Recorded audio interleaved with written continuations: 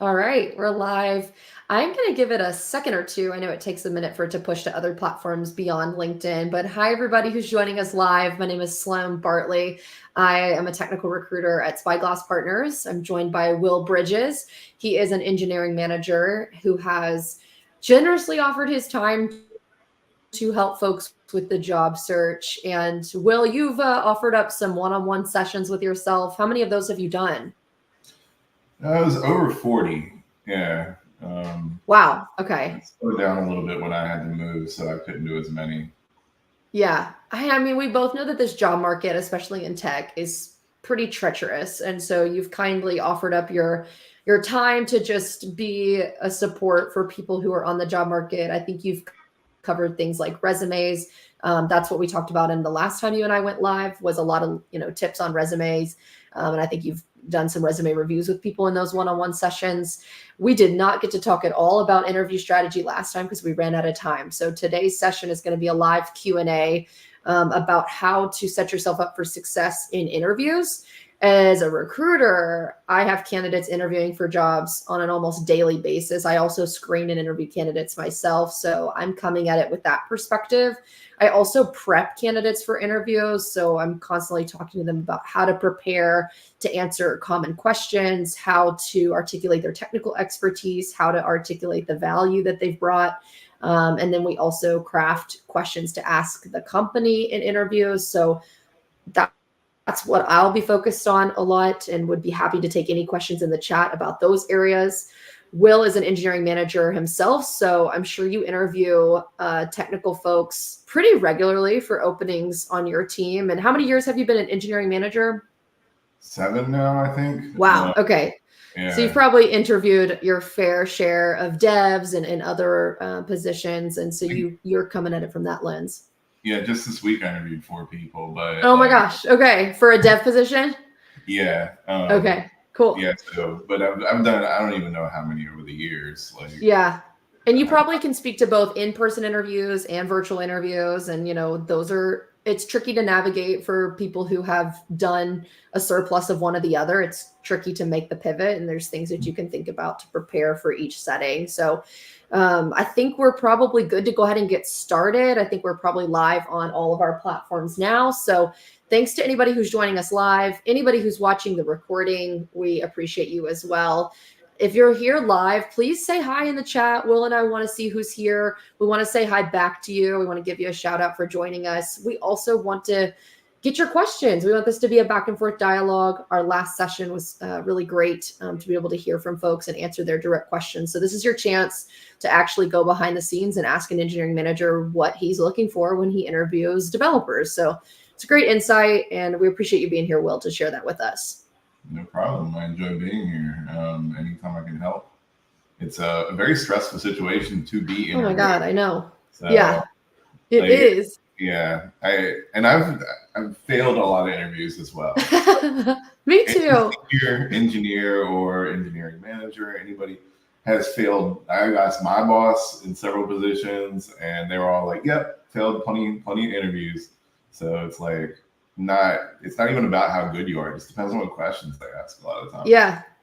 I can tell you the very first, it was one of the first jobs I ever interviewed for, and it was the first interview I ever failed miserably, and probably the worst failure I've ever had in an interview. And the reason I failed is because I did not prepare at all. I thought I can just go in here and wing it, and it's just a conversation, no big deal. I did zero prep. And when I say zero, I mean, I don't even think I glanced over the job description or my resume the night before.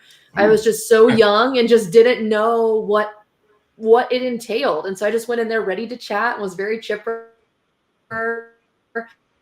And they started asking me very basic questions of like, why do you want the position? What are your strengths? What are your weaknesses? And I was drawing blanks. And so I bombed the interview terribly, and obviously did not get that job. So walk us through how you prepare for a job interview. Do you have a process? Yeah, I mean, usually during, when people are reaching out to me, what I'll do is go and check out their company, maybe go into LinkedIn and look at some of the people that are in that company and their background. Also, like if you get an invite to the interview, you can kind of look up people who are on the interview list. Yeah. So I'll go research them. You know, just prepare some anecdotes. Like if they're from, I don't know, Chicago, like I might be like, oh, I have a little bit of facts about the Bulls or something like that. Deep dish pizza ready to go. Deep dish pizza, you know, maybe play a You little just bit. start the interview. Hey, how about that deep dish pizza? Or be the contrary, be like, yeah, I think New York pizza's the best. You know, people New York like is better. So we're So complimenting. you do your research on who you're meeting with. You do your research on the Absolutely. company.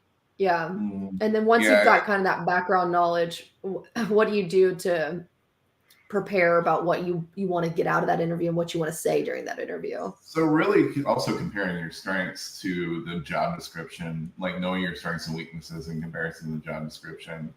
Figure out where, you know, trying to think about what questions they're going to ask you, which is a little bit easier for my position because I've been, interviewed and been interviewed. But Right. just, and also like having something you're proud of that if you get the opportunity, you could show off. Like that's one thing that it's a little non-traditional, but you could be like, oh, I want to show you guys something I built the other day or whatever. Like if you get stuck and in actually pull it up, you know, Yeah. like pull it up. Okay. Yeah, And what do have you had devs do that? And it, you know, you like that when they do it? I do. I want to know that they're passionate about what they do. Yeah. Like, you know, passionate about solving problems, coming with a good attitude into the interview, like, you know, upbeat, interested in having a conversation is a big part of it. Like, because you don't want somebody who's just monotone and like answering questions with just one word answers and stuff like that. I feel like you don't want to be here. And even if your technical skills are good, I'm like, okay. Yeah. But being honest, I'm glad you brought that up because I think a lot of the times when I'm getting feedback from the hiring managers I work with, we get a lot of rejections for candidates who didn't give the impression that they wanted that job or wanted to be there.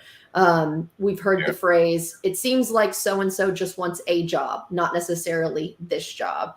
That's a hard pill to swallow because, of course, in this job market where there's so many layoffs, of course, I just want a job. But for that interview, for the sake of that interview, you've got to show up excited. You have to do your research and be, you know, showcasing your interest in that company, in that position. Because despite how many roles you're interviewing for, they're just, the hiring managers focused on that role for their team. And you want to show up with that level of enthusiasm as well. Yeah, I mean, you'll get an answer like they weren't a good culture fit, or I've get that answer before as well, because, you know, like somebody just didn't look like they felt like they belonged there. Yeah. And a lot of times it's nerves. Like I've noticed. I know. I've actually known people that I interviewed that I knew they were outgoing and personable. They got in the interview and I'd be like, what happened? Yeah. That's the hardest job part of being a recruiter is I can get on the phone with somebody and I consider approachability to be one of my strengths. So I feel like I can get somebody to warm up on a phone call or a Teams call with me so I can get a good rapport going. But nobody trains people how to interview people. So some people really suck at it. And so they're not going to necessarily always put in the time to build that rapport in an interview. They may just hop right into the questions. And so you have to be ready for that. And you have to be willing to be your most enthusiastic or outgoing self, even if they don't put that time in on the front end. So do you have any tips for dealing with nerves? Anything that's worked for you or your friends?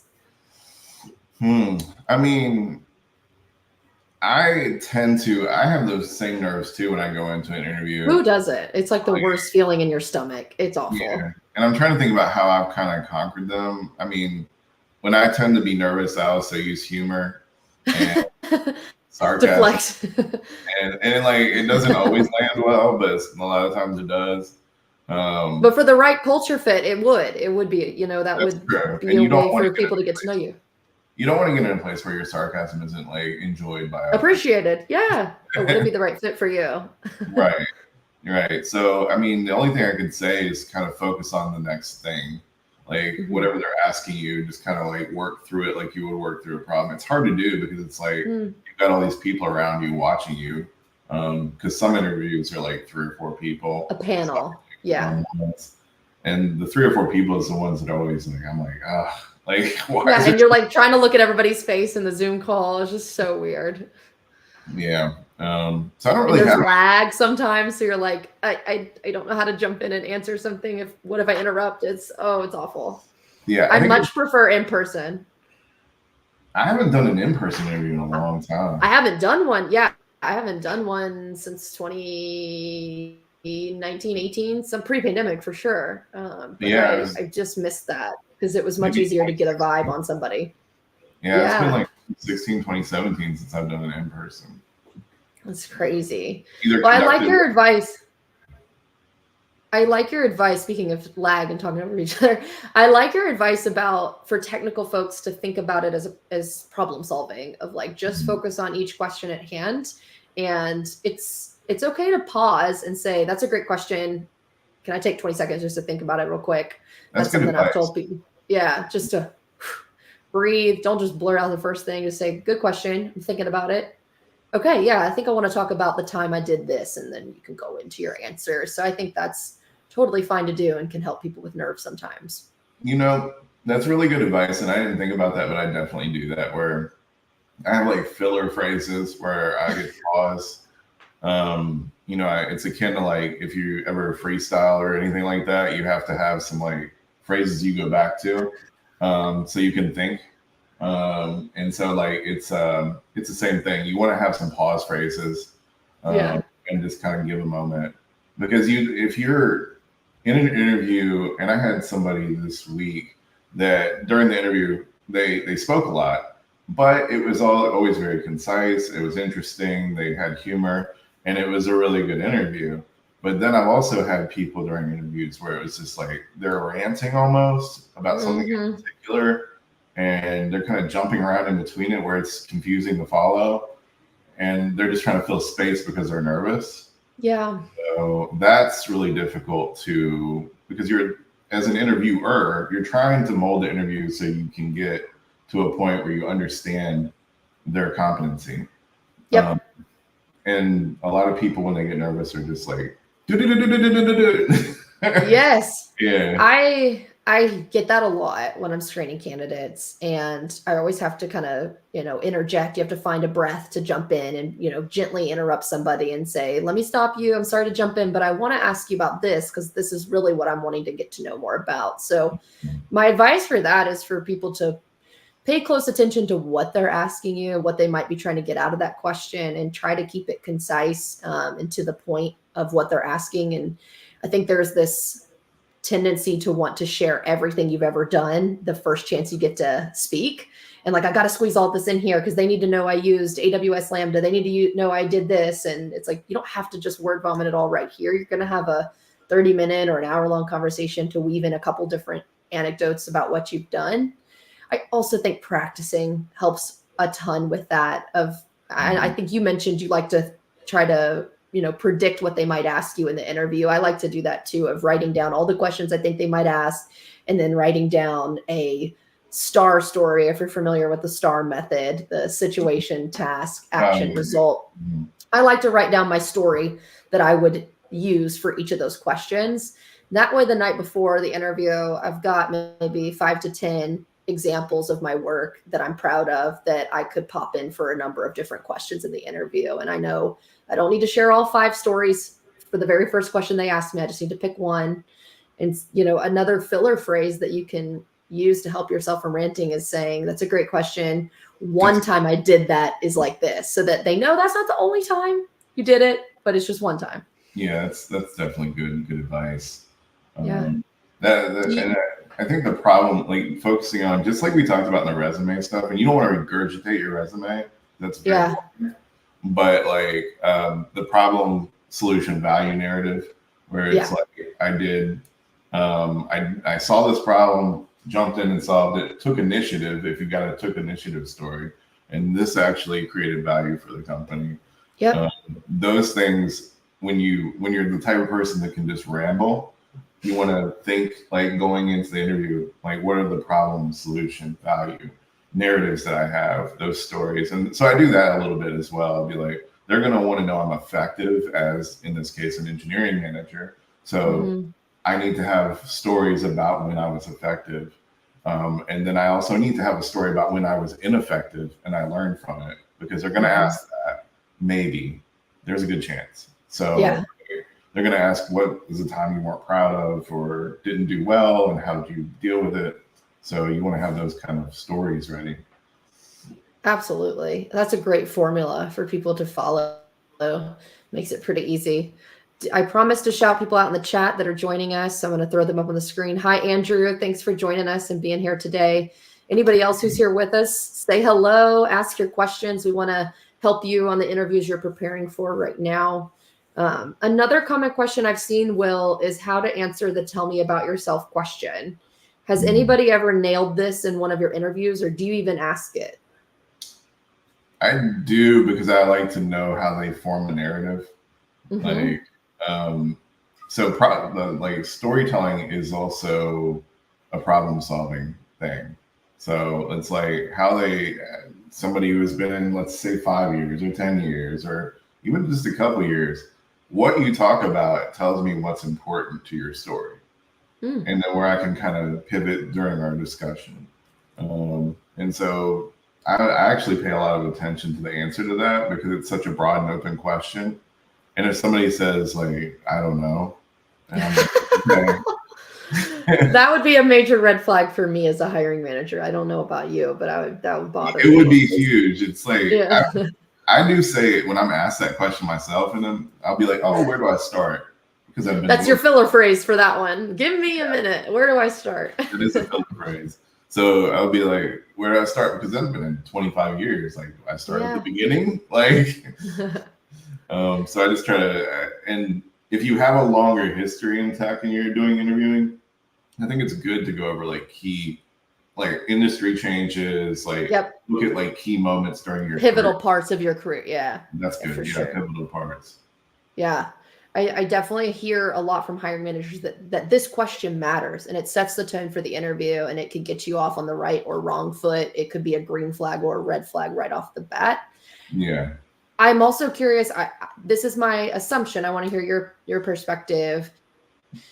I get the feeling that hiring managers use the answer to that question to see how well the candidate understands the role and the company they're interviewing for. Like, how well do they tie their answer back into why we're here today, which is the interview? I don't necessarily use it that way. Okay. But it could be used that way as a pivot if point. They were to say something of like, and I have a background in XYZ. I've been working on this over the past year. I'm really interested in moving into a role that is a player coach where I get to manage, but also be hands-on in the code, and the role they're interviewing for isn't that. Would that be a red flag? Yeah, I would You're like, well, this isn't really that kind of role, so we need to dig into that. Yeah, I'd be like, well, how do you, this is the role you're applying for. How do you see yourself getting into that? Is that something that's like a 3 to 5 year plan? Right. Or are you talking about a right now plan? Right. Because then I would be like, okay, well, let me see if success looks like that here based on where you want to be in the next 3 to 5 years. Yeah. Because it wouldn't be a red flag. It would just be like, all right, let's explore that. Let's stop and explore that. Okay. Yeah. It just goes back to making sure you've researched the position and the company that you're applying for. If you are working with a recruiter, that's definitely something the recruiter should go over with you too. And if they don't, ask them, and feel free to pick their brain and, ask them, make sure I'm fully understanding this role before I go in the interview tomorrow. This is what I understand it to be. Does that sound right? And they should be able to confirm that for you. So one thing I will say that's really important, I was a long jumper when I was a kid.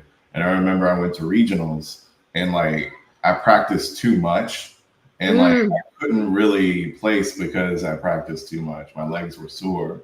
And it's the same as like preparing for interviews. It's like you wanna prepare some talking points, but I wouldn't like over prepare, because you're gonna be totally like blitzed when they ask you stuff that's not even on your like thought pattern, like that you prepared for, and they'll throw you off, and then you'll be like, well, damn, I had all these things, and then you're stuck in that narrative, and you're just gonna flop in the interview most likely, unless you can kind of quick.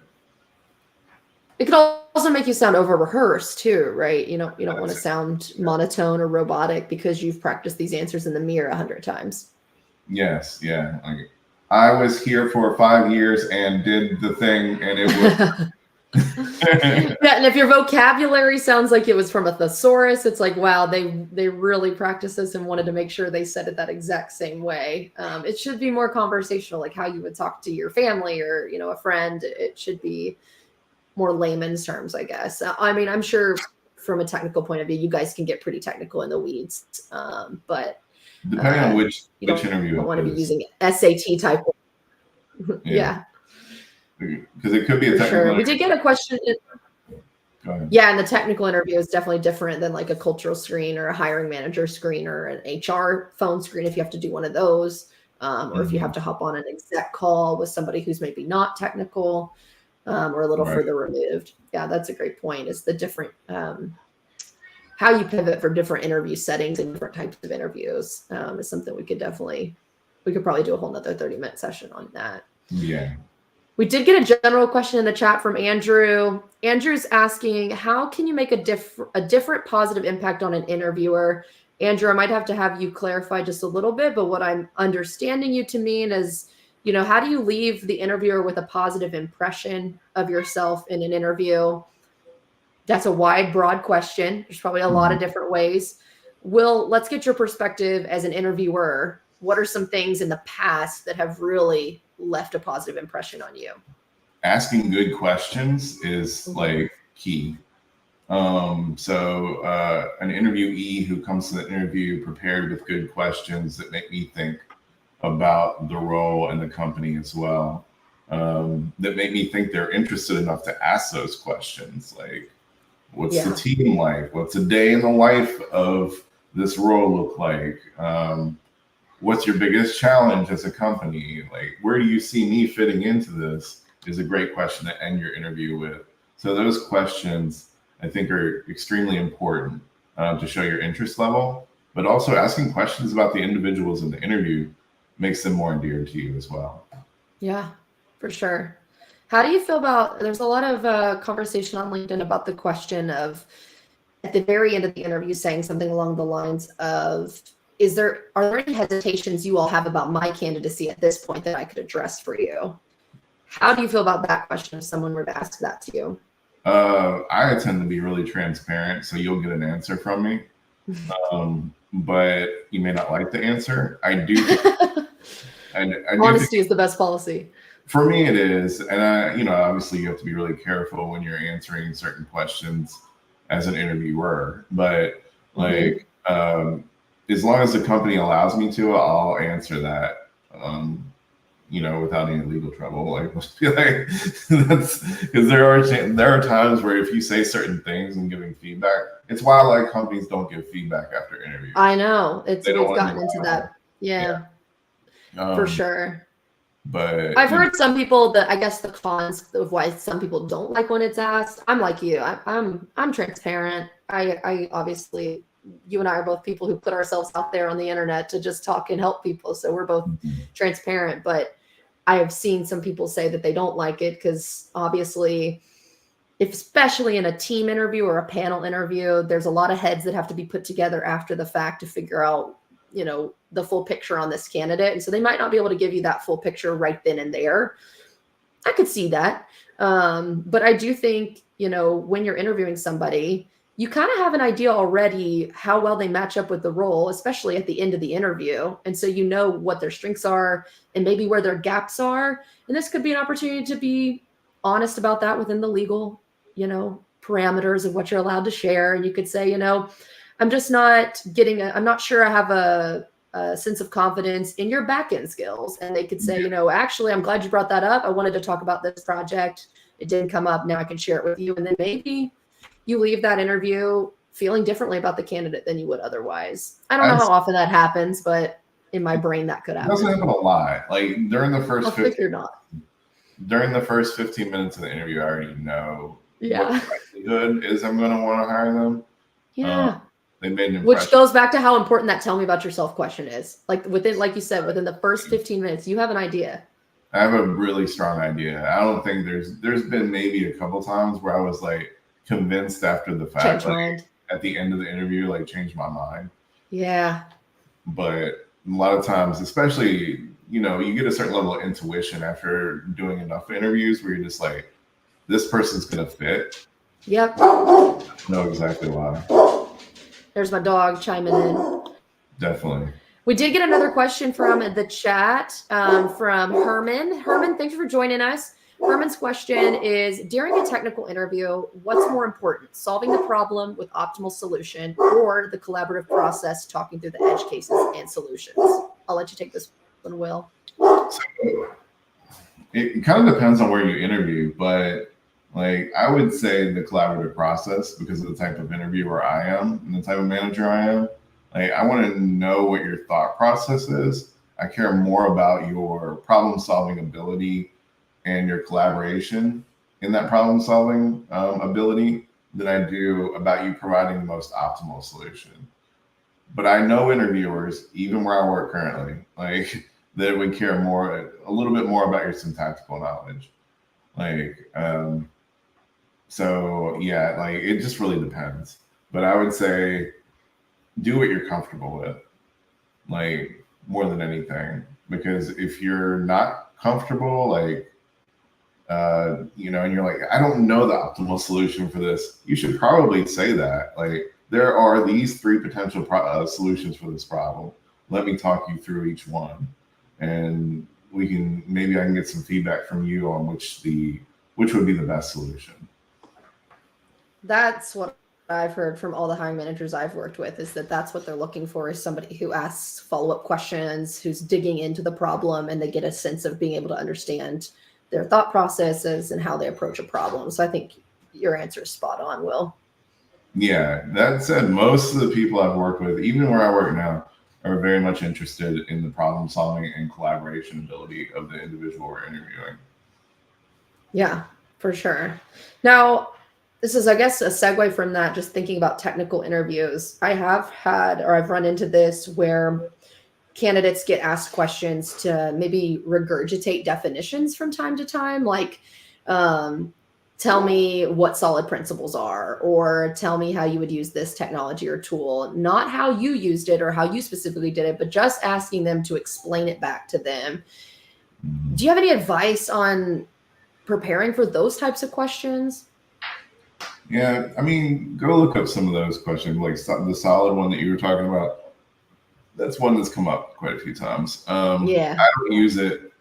I find it funny, but because it's like, I don't care about your rote, like memorization. Yeah. Like, now the other question, you were like, tell me how I would do this thing. I do that. Right. That's a little more impactful. Yeah, and where I work now, Employ, we do these interviews where they're more collaborative. Like, you'll actually bring something to show and tell, and like we'll walk through it with you and discuss it and ask questions and hypotheticals. And I really like that format of interviewing. But I will say, most technical interviews that I've been in or helped conduct when I didn't have influence over the technical interviews were trash. Like, were you using leak code? I've heard a lot of or it's like, not where I work now, but there are places I worked in the past where I've worked with other hiring managers, and I'm like, are you trying to slip them up? Like, right. Are we just trying to make you look smarter than them? Like, what's the point? Yeah. Like, there are some technical interviewers where I'm like, what are we doing right now? Like, we take stuff out of a database, we put it on a screen. Like, what else do we need to showcase here? A lot of times now, there are certain jobs where it's like, oh, I guess we're solving this high level math and stuff like that. I get it. If the algorithms, let's be interviewing for that.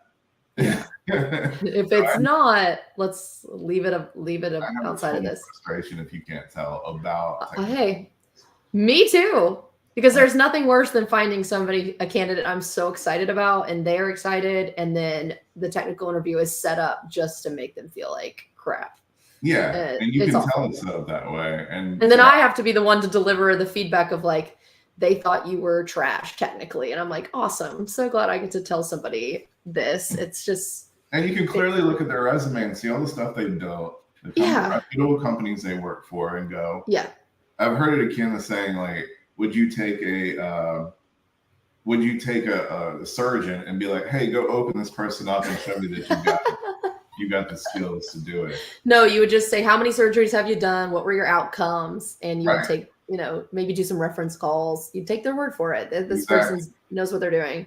Yeah. Yeah, it's funny. And obviously, I think this has been a great conversation about what you as the candidate can control in an interview, how you can prepare, how you can come prepared with questions to ask the interviewer, how you can show up enthusiastic. We're focused on the elements that are within our control as job seekers. We're not going to be able to fix everybody's interview processes. Most of them are going to be, so maybe not most, but many of them will be terrible, and they're not going to be the best experiences. But control what you can control. I think that'll optimize your results. And then I did want to end on a note of, it is a brutal market, and you're going to go through great interviews that you don't get the job. You're going to go through terrible interviews where you also don't get the job. What moral support or advice can you offer people to persevere in a market like this? Take any technical hero you have, and I bet they failed interviews. A lot of them. Like anybody you look up to, and if you know any like people that are superior, on the technical side to yourself, ask them how many interviews they failed. Yeah. Like, because it's definitely not you. Sometimes it just happens because the wrong combination of questions in your situation that day or how you felt going into it. And there's more out there. So I know that's in this market, it's hard because you're like, well, maybe there's not, but I know we've all failed the interviews. I failed countless interviews. Same. A lot of people who have. So, yeah. Yeah.